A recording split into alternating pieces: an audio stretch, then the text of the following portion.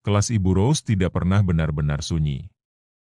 Bahkan selama pelajaran, ruangan itu bergemuruh dengan energi terpendam dari 30 anak berusia 11 tahun, arus rendah langkah kaki yang menyeret, bisikan rahasia, dan gemerisik lembut kertas.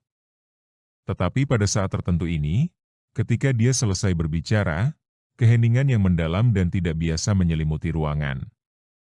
Itu adalah keheningan penyerapan, keheningan sebuah kebenaran yang begitu sederhana namun begitu luas yang akhirnya dipahami. Tarbiyah, katanya, suaranya tenang dan mengalir seperti sungai yang tenang di antara deretan meja, bukan hanya menanam benih atau menyiraminya. Ini adalah keseluruhan proses, membimbing tunas yang lembut, melindunginya dari angin kencang, dan yang terpenting, memberikan contoh nyata bagaimana tumbuh tinggi dan kuat.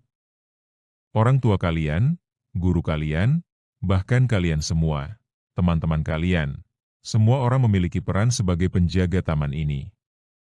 Kalian harus menjadi teladan yang baik bagi satu sama lain, saling mengajari, dan saling melindungi taman hati masing-masing.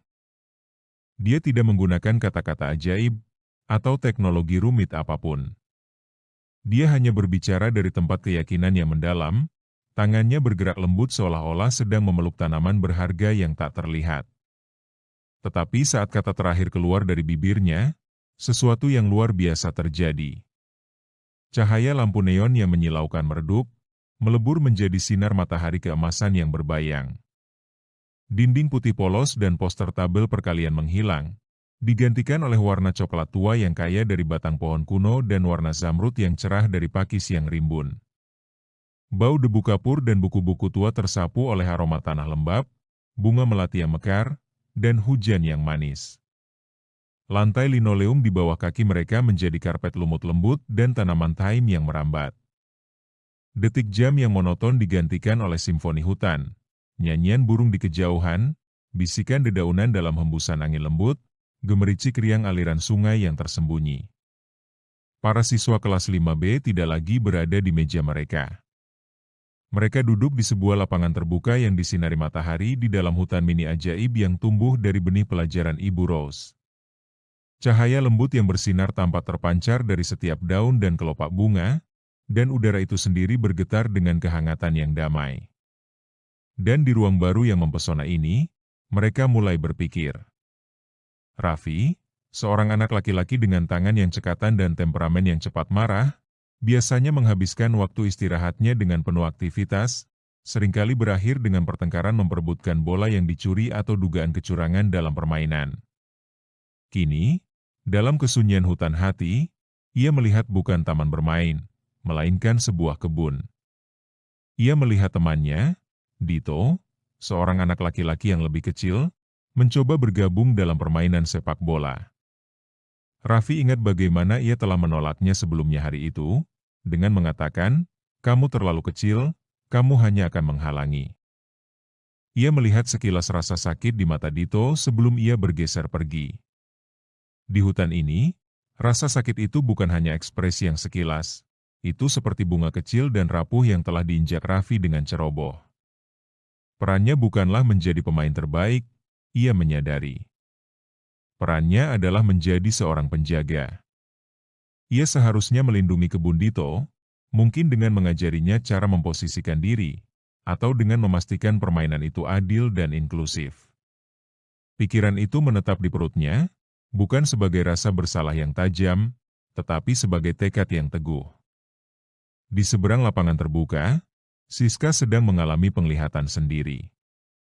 Dia adalah ratu akademis tak terbantahkan di kelas 5B, tangannya selalu yang pertama terangkat, nilai ujiannya selalu sempurna.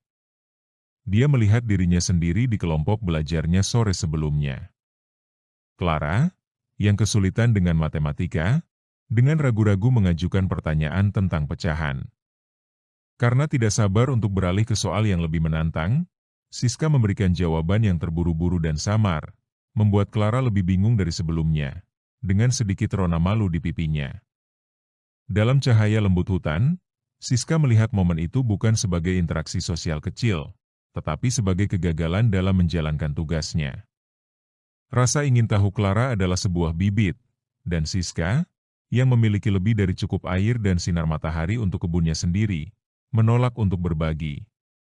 Dia tidak melindungi kebun Clara, dia membiarkan embun beku rasa malu menyelimutinya.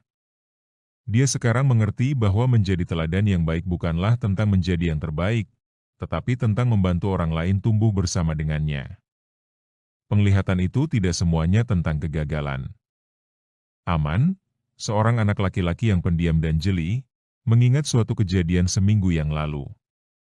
Lintang menangis diam-diam di mejanya setelah beberapa anak yang lebih tua mengejek tas buatannya.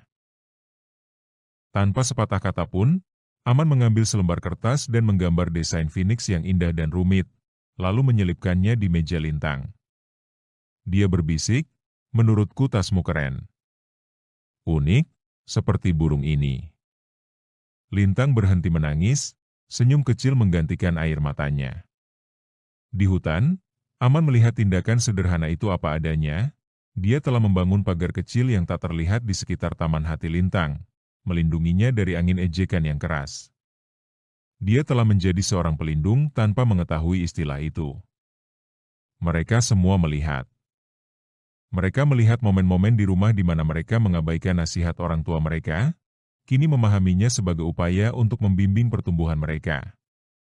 Mereka melihat momen-momen di lapangan di mana kata-kata penyemangat telah membantu seorang teman mencetak gol, dan kini mereka melihatnya sebagai sesuatu yang setara dengan air yang memberi kehidupan. Ibu Rose mengamati mereka. Ia melihat perubahan ekspresi di wajah mereka, kerutan penyesalan, tatapan lembut penuh pengertian, anggukan kecil tanda tekad.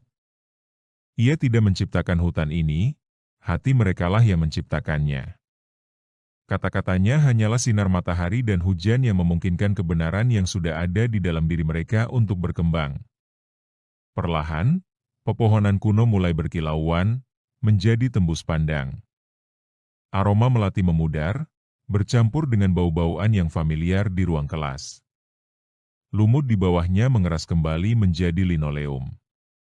Cahaya keemasan mengembun kembali menjadi tabung neon di atasnya.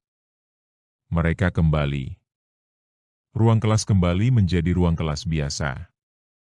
Namun, kelas 5B tidak sama.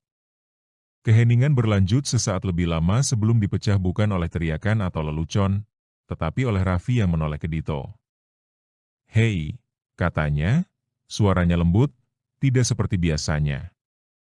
"Setelah sekolah, mau berlatih operan sepak bola denganku? Aku bisa menunjukkan trik keren." Wajah Dito berseri-seri. "Benarkah?" Siska menoleh ke Clara. "Soal pecahan itu," katanya. "Kurasa penjelasanku kemarin kurang bagus. Boleh aku coba lagi?" Aman bertatap muka dengan Lintang dan memberinya senyum kecil yang penuh arti. Ibu Rose tidak perlu berkata apa-apa lagi.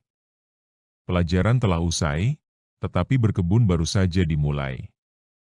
Mereka telah menjelajah ke hutan hati mereka sendiri dan kembali sebagai penjaga yang ditunjuk, siap untuk merawat tidak hanya lahan mereka sendiri tetapi juga taman indah yang saling terhubung yang mereka semua miliki.